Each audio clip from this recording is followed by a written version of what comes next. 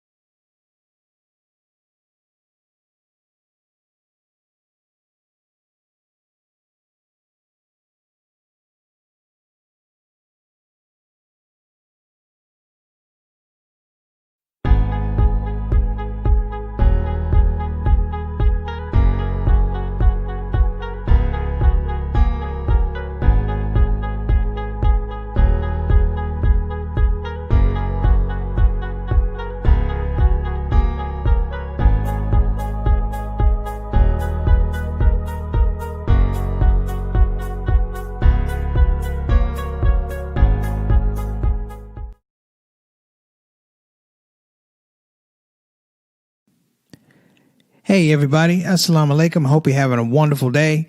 Make sure that you hit the subscribe button and the notify button so you know when you're getting new episodes, and we just want to grow this project. I thank you in advance. Without further ado, let's get it rolling. The Shout Out Show.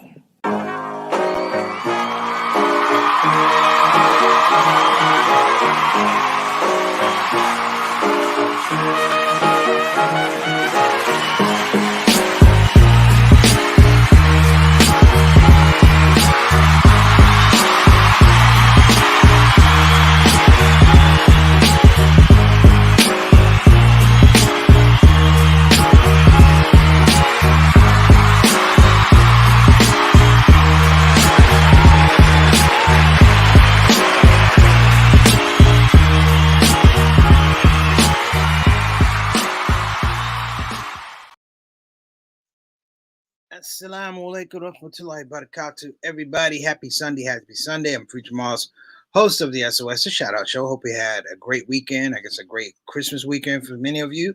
And for other people, just a great weekend overall. Pretty laid back topic today. I just kind of thought about it. Actually, after speaking yesterday about respecting the poor. And this is sort of a little bit of carryover, a little bit lighter, if you will. But I thought, I'd bring it up. Talking about redemptions. Before we get into that, though, I want to make sure if you're on the show for the first time, thank you for coming. As well as coming on the show for the first time, some basic rules. The rules are really made for you to enjoy yourself and have a great experience while you're amongst us. I say us because you're never alone on the Shout Out Show. It's not just me, it's the Shout Out Show family, the Shout Out Show soldiers that always in the comment section, and the people that are watching the show that might not even get into the comment section. So if you're a first timer, thank you for coming. That's number one. Number two, we want you to have a great time. Number three, don't be shy. If you have a comment or an idea or some type of expression you want to give us, please go in the comment section, give it to us. Even if you're just coming on for the first time, get in the comment section, introduce yourself so we can officially give you your shout out. Now, let me tell you the other thing also. When you come on the show, we ask some basic things. This is a young show, fledgling show. In Charlotte, we're going to be doing different things, expanding the show. I'm really excited heading into 2021. Well, we ask everybody, if you don't mind, hit the subscription button, hit the notification button, hit the like button, all those things. Hit the like button if you really like the show. So let me introduce my stars in the building. I get to the topic at hand, if you will. The stars in the building. Sister Reed, who's out in Michigan taking care of her auntie. Reed, we hope everything is going well or better for auntie. I read your message, your text, and inshallah things will improve and make dua for her. As well, what's the show, the Shout Out Show without its consultant producer, Sultana? How are you doing, Sister Sultana? We appreciate you coming. As always, making sure things are correct, moving along, and always want to give me her opinion and advice, and I'm always one to take it as a blessing. So that's another thing. Thank you for coming. Got Sister Sakina Mujahid holding it down out in Charlotte, North Carolina, trying to make things happen. Sister Sakina, glad you came on the show. We appreciate you. And all the way from Toronto, across the border, my brother, black man, my main man, Altaf Rashid. Brother, thank you for coming on the show, man. You are steady like the 1st and the 15th, brother. You are steady like government cheese, brother. You are steady like Eddie, brother. And so is everybody else. So I just had to go through those things. I just want people to understand that I appreciate you when you come on the show. So we're going to break this up a little bit. I'm going to talk a little bit about, if you will, I'm going to talk a little bit about redemption and take a little break. Then we come back and I want to open it up if you guys have any things that you would like to say. Because I realize sometimes I monopolize the time a little bit and I don't allow for other people to express their ideas and some of their sentiments. Like I said, this is not my show. This is a platform for everybody. So if I've done that in the past, please forgive your brother and give me a chance, guess what? Click, to redeem myself. All right? So, to start, the whole idea of redemption, it hit me. It probably hit you guys. It's just a fleeting moment, man. And I want everybody just to stop and think about, when was the last time someone gave you another chance? What did that other chance entail? Like a lot of times we may do something, may be correct, we may fall short of somebody else's expectations, because every effort about redemption is not necessarily you did something wrong. It's not so much you necessarily that you're repairing evil, or sometimes it's not even an error. Sometimes there's an expectation we don't meet it. So number one, I just want to break that part down. When's the last time somebody didn't just forgive you, or they say, "Oh, don't worry about it"? Because you know when people say, "Don't worry about it," and it's serious, what do? You worry about it. Okay. Think about the person. Let's say you did something wrong, did something that was incorrect, and that person just didn't forgive you, but they gave you space, latitude, and longitude to redeem yourself. Now, when I talk about redemption, let me introduce Sister Sultana. Hey, how you doing, Sister Sultana? Thank you for coming. Assalamu alaikum wa rahmatullahi wa barakatuh to you. Sister Rabina, all the way from across the pond. You know we appreciate you. Been doing some reading up on some stuff. I appreciate you as well. I want you to go and look up Buffalo Soldiers. There's some interesting things about Buffalo Soldiers that I would love for you to check out, Sister Rabina. So we're talking about redemption. And in society, we always say, we always give people a second chance.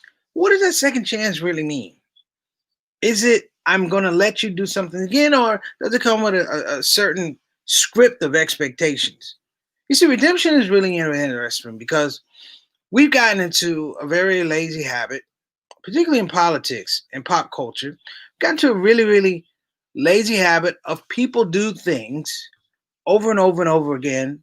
They bring harm to themselves, they bring harm to others sometimes.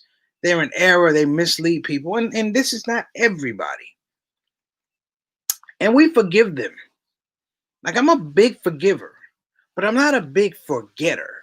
Like, I can forgive you, but don't actually think I'm going to forget, because that says is there something wrong with me. My memory is what it should be.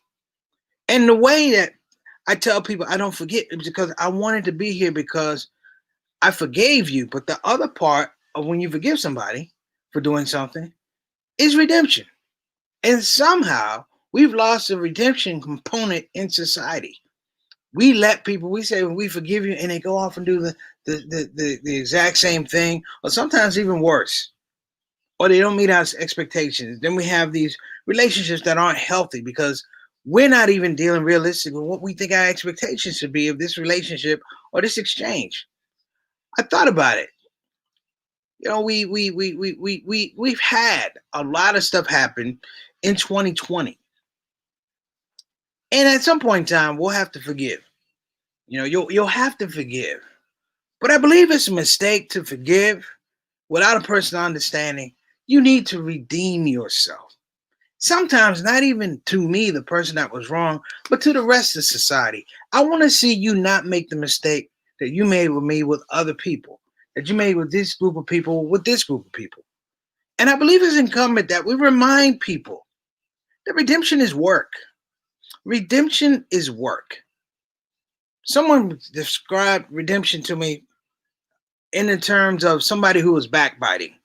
I can't remember the exact shake, but I'm paraphrasing, so please work with me.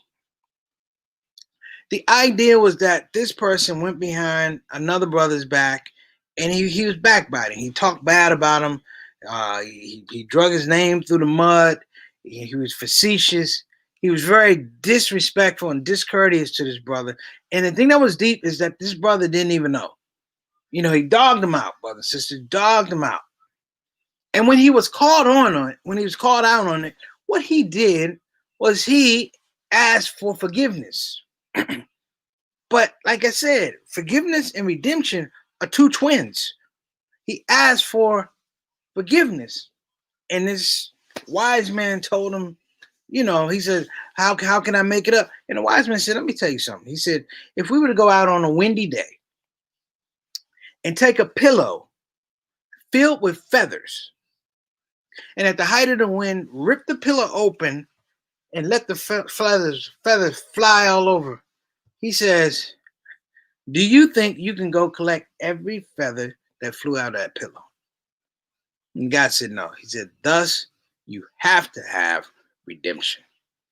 Why? Because you can't correct the original mistake. You can't correct the original error. Sometimes redemption just has to do with ourselves. We know when we fail ourselves. We know when we didn't do our best. And that is a very, very powerful, positive type of redemption. There are times when I may perform, but I know I didn't give my 100% best. And so the next time when I'm on stage, I'm like, I want to give my best. I want to redeem myself. Now, the brothers and sisters, that has a lot to do with your ethics and your discipline and your expectations of yourself. How much are you willing to work towards excellence? And that's the other thing about redemption. Stop asking people to make it up. No, I want you to resolve yourself to reaching for excellence. Because in reaching for excellence, only then can I really totally understand that you may be sincere, that you really may be about the business, that this thing over here may be a misnomer. Maybe I caught you at a bad time. Maybe you had a bad part of your life. I understand. But redemption is a very, very important thing. Have any of you ever had to redeem yourself? Have any of you had to look at a situation, look at yourself in the mirror and say, dang, I dropped the ball on that one. Or as my buddy says, I went to bed on that one. And turn around and say, for that action, I'm going to go back and put myself through a situation publicly, privately, however you're going to do it, spiritually, because I know that there's something better for me. I know that I'm better than that situation. I know I'm better than the actions towards that person. I know that I'm better than the actions I gave towards people. And sometimes, that space of redemption is the thing you need to be successful overall. Let me give a shout out to my brother Adam. Altov. Adam's from he's from Toronto area too. I always forget. It's not Sudbury. No, that's too far. Adam, where are you from? I Assalamu alaikum too. Let's see. I believe it is a deep that says when you have something corrective to say to some, you must consider. What are the three things, Adam? To say to someone, you must consider three things. All right, Adam, we need the three things, brother. Now, I'm gonna tell y'all about hood redemption. Okay, I'm gonna tell. Oh, I'm sorry, Sister Rabina. Just the subject matter of Buffalo Soldiers. Buffalo Soldiers. They have the Buffalo Soldier Museum in Washington D.C. I want you to check that out because I'm gonna actually talk about Buffalo Soldiers this week. All right, thank you. Sister Rabina is our official research department.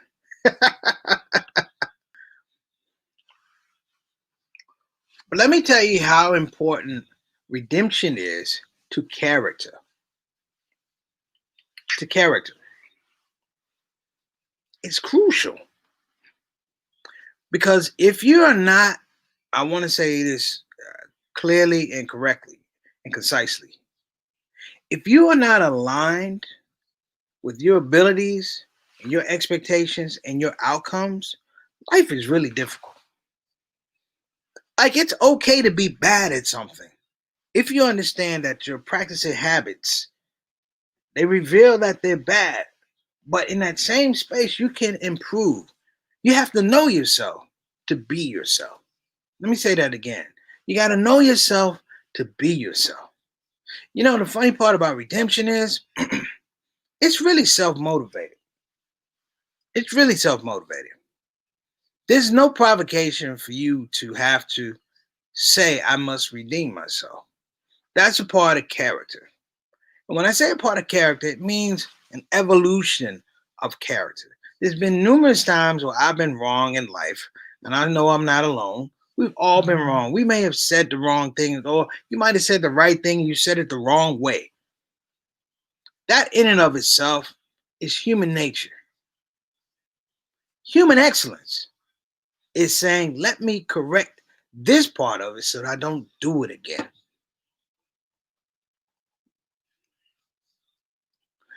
You know, many of you, not many of you, some of you may have situations where you have people in your family who have substance abuse problems. They have substance abuse problems. Might be alcohol, might be weed, might be cocaine, might be crack, might be heroin. You know, one of the hardest things to do is to kick an addiction. Because 9 times out of 10, you're not going to kick the addiction the first time, or the second time, or the third time. And what people don't realize is that addiction is more than an addiction. That addiction is a lifestyle. And one of the components, brothers and sisters, of getting out of an addiction is this exact same thing we're talking about, which is framing a modality for redemption. If you ever go to a Narcotics Anonymous meeting, I think it's really interesting the way it's set up. You're there to be honest. You're there not to be judged, but it's established that you hit a particular bottom. You're there to establish a certain foundation. And part of the healing process is redemption. You have to turn around and go to people and say, hey, listen, that situation, I was not at my best. When I say at my best, I mean at my best as a character, my best intentions, my best intelligence, my best self. You can throw in I was down at my best, whatever.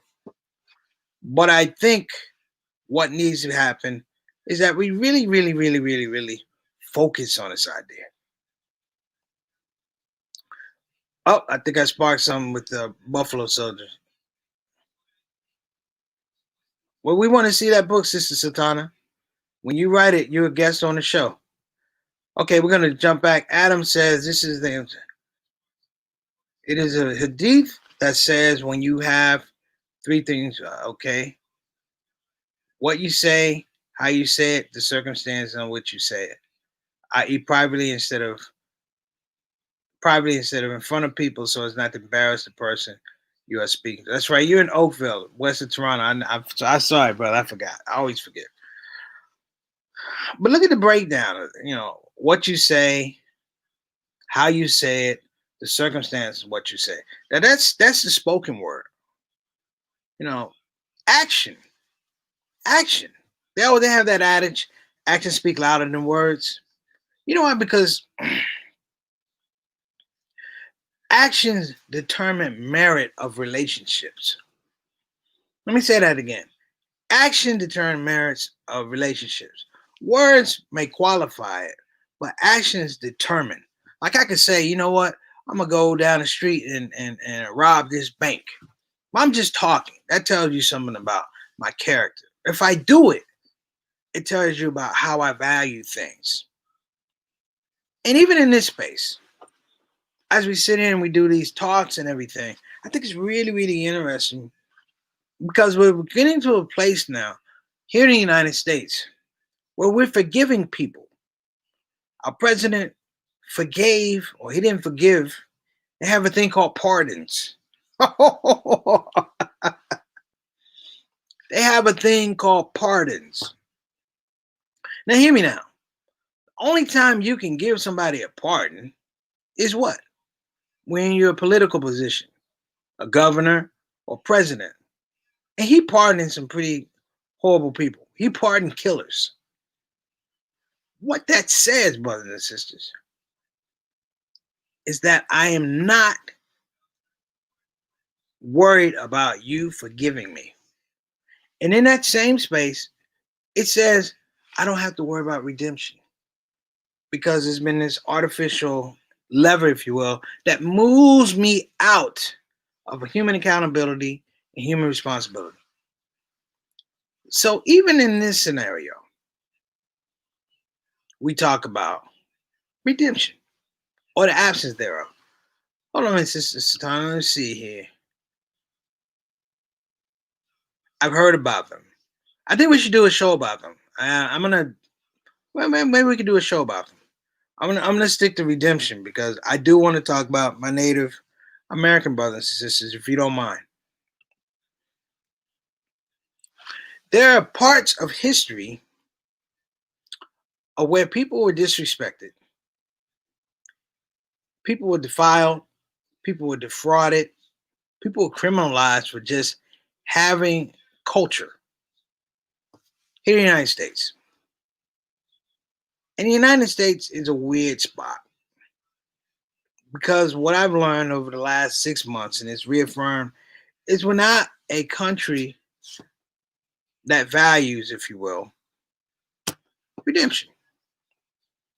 We value convictions, we value judgment, we value condemnation, but there's nothing in there for redemption. And this becomes even more powerful at the end of this election because we're recycling things. We talk about, sister, you talk about the American Navajo soldiers. Oh, here you go, Sister Rabina. I knew you would be upset, sister. Yeah.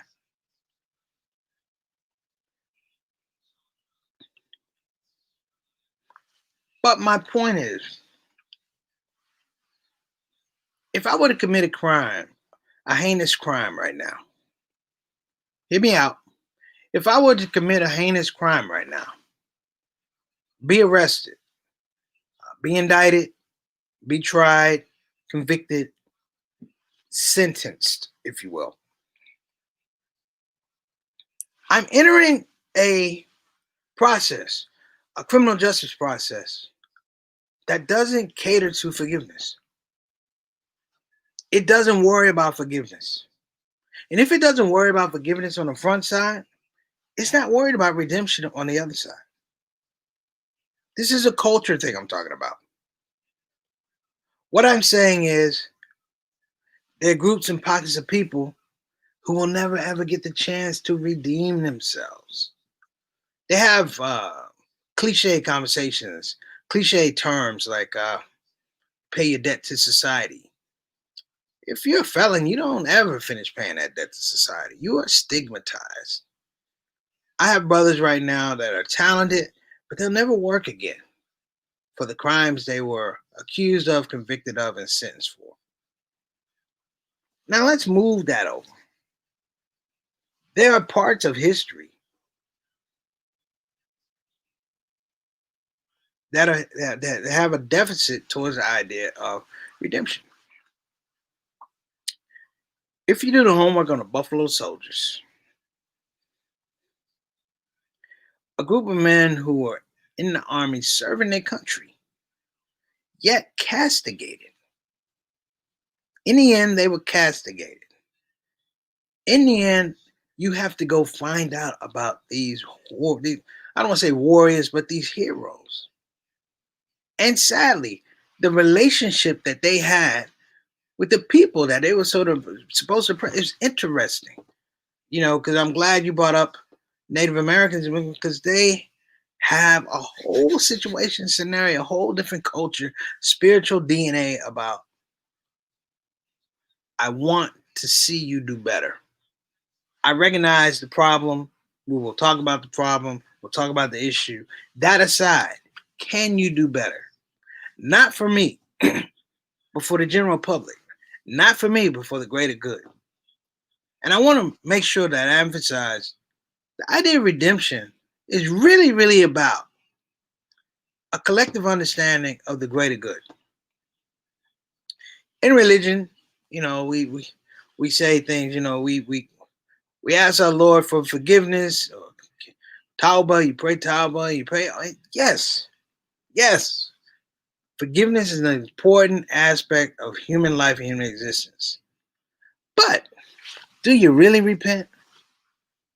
Oh, Lord, I ain't going to drink no more. Richard Pryor had the funniest joke about being drunk and getting sick and promising to God, oh, Lord, if you let me get through that, I promise I ain't going to drink no more. But he framed it that was the ballad of an alcoholic. And they always said that. And that we call on higher powers to get us out of situations. We find dua, we find prayer, and we find comfort in these things that pull us out of these difficult situations, scenarios. But a lot of times we go back and do the same thing. Because even in our religious orientation sometimes, we want forgiveness, but man, we ain't trying to do redemption. So, in the time remaining, what do you guys think about redemption? How do you feel about it? I tell you what, take a second, I'll be right back, because I really want to hear what you guys think about redemption. Be right back.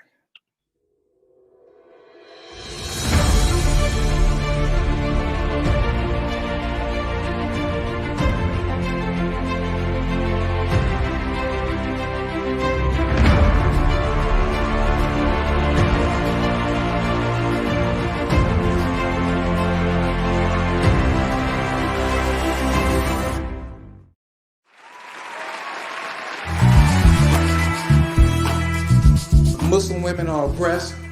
That's not true. That's a lie. I married a Muslim woman. I'm oppressed.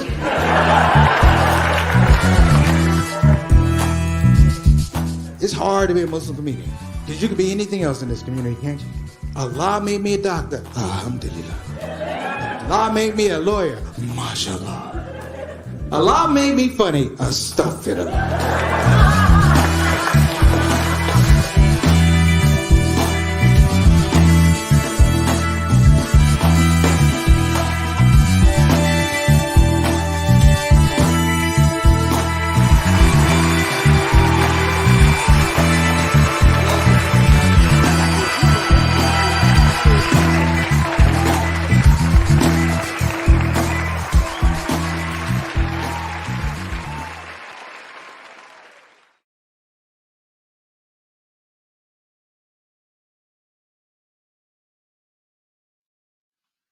All right, everybody, we're back. So I really appreciate some of the comments that came through. Adam, I appreciate you coming on the show. And my mother has a comment. True redemption comes from true respect and strength within yourself. No audience versus merely seeking forgiveness for the sake of appearance. The presence of others. Mom, you better stop hanging out with Muslims. Oh, that was a Mufti response. That was a Mary Mufti response. Thank you so much for that response, Mom. And it is true. That is the one thing about redemption. When it's really true, there's no audience. There's no audience. There's no one keeping score. There's no looking over your shoulder. And it's character building. And I think, you know what? Maybe we need to start talking to people about redemption. How are you not so much going to fix the problem, because the problem is a problem. How are you going to fix you in the problem so it doesn't happen again? Let me give Sister Rabina some time here. We make a mistake, we ask for forgiveness, and unless we reflect and redeem ourselves, only then can we grow in character. Any man? Yeah, absolutely. And I'm bringing this up because I feel like it's getting lost. I see how people talk to people on in social media, in our community, and it's really interesting because the tone is different. I can't say that it's COVID or the economy because it was happening before then. We've been slowly losing um, the compassion gene, as I said before. We have a compassion fatigue, and as a result, we're not even full fledged really giving people forgiveness. It's like go away language. Oh, I forgive you because you just don't want to see the person anymore. I think that's something that we really have to work with. Got another comment for Sister Sultana. What do you say? Things I did before becoming into my dream before committing that person is dead now. Yeah, yeah. Well, I mean, yes and no. Parts of that person are dead. Parts of them, because even that person, good, bad, and in between, helps define you as an individual. I believe that. You leave off things, but even that person who used to drink, even that person who used to smoke, even that person, whatever, um, that individual still has a certain merit. You have to look at that person because that's you. That's you. Nobody else can live your experiences. But again, you can learn from that person. And even to your point, Sister Latana, and sometimes you can forgive that person. When I became Muslim, one of the big things I had to do was I had to forgive myself because I didn't know that these things were wrong. And even though they say, it's a clean slate, tabula rasa, the old Latin saying tabula rasa, clean slate. Even then, I was like, I didn't know better because here's the deal. I realized that in that position, I did things wrong, not just to my own person, but to other people. I said some of the wrong things. And I remember becoming a Muslim and wanting to, even though they say I wanted to find people and tell them I was sorry because that was part of my redemption process. That was part of a healing process that I thought and still feel today brought me closer to my religion, brought me closer to my God.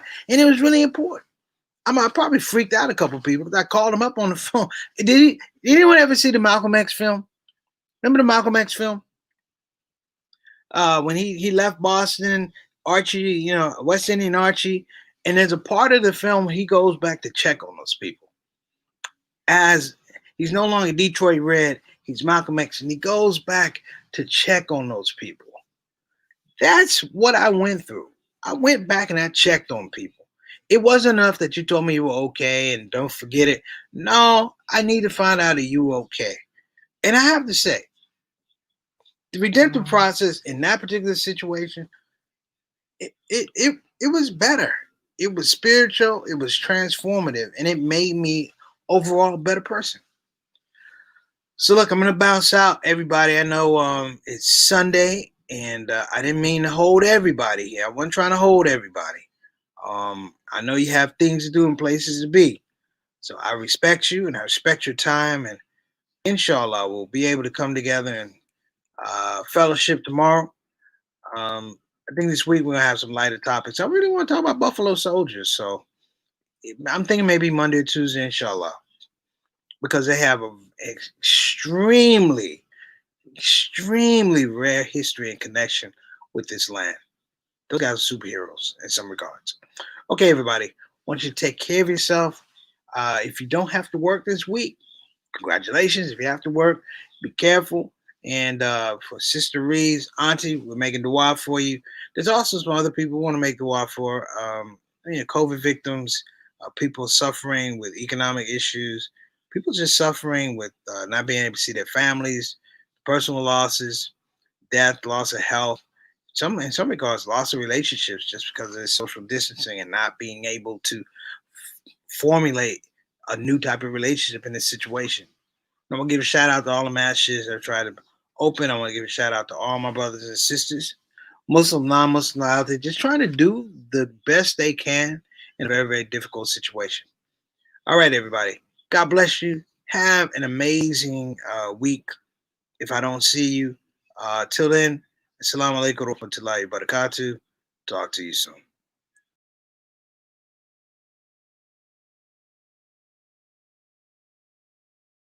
Hey everybody, this is your brother Preacher Moss. Listen, I hope that you enjoyed your shout out show experience. We'll be back with the next show, the next shout out show. A simple ask before you go, please help your brother out. Click that subscribe button, click that notify button, and I'll see you again on this side of the microphone.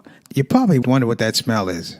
That's me. I smell good. And the reason I smell good is because I use oils from Tarif Tar. So I'm not saying you can't smell good. I'm not even saying you stink. I'm saying you have the opportunity to smell exquisite. Check out tarifatar.com for some of the best oils and scents in town.